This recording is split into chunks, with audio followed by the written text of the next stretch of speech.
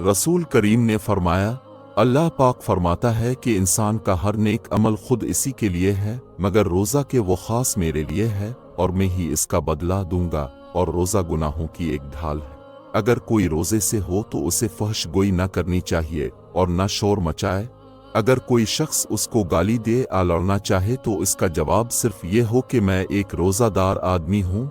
اس ذات کی قسم جس کے ہاتھ میں محمد کی جان ہے۔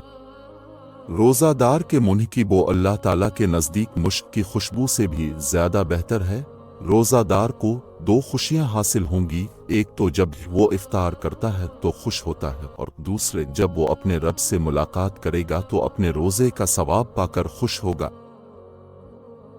ہم نبی کریم کے ساتھ تھے تو اپنے فرمایا اگر کوئی صاحب طاقت ہو تو اسے نکاح کر لینا چاہیے، کیونکہ نظر کو نیچی رکھنے اور شرمگاہ کو بدفعلی سے محفوظ رکھنے کا یہ ذریعہ ہے، اور کسی میں نکاح کرنے کی طاقت نہ ہو تو اسے روزے رکھنے چاہیے، کیونکہ وہ اس کی شہوت کو ختم کر دیتا ہے۔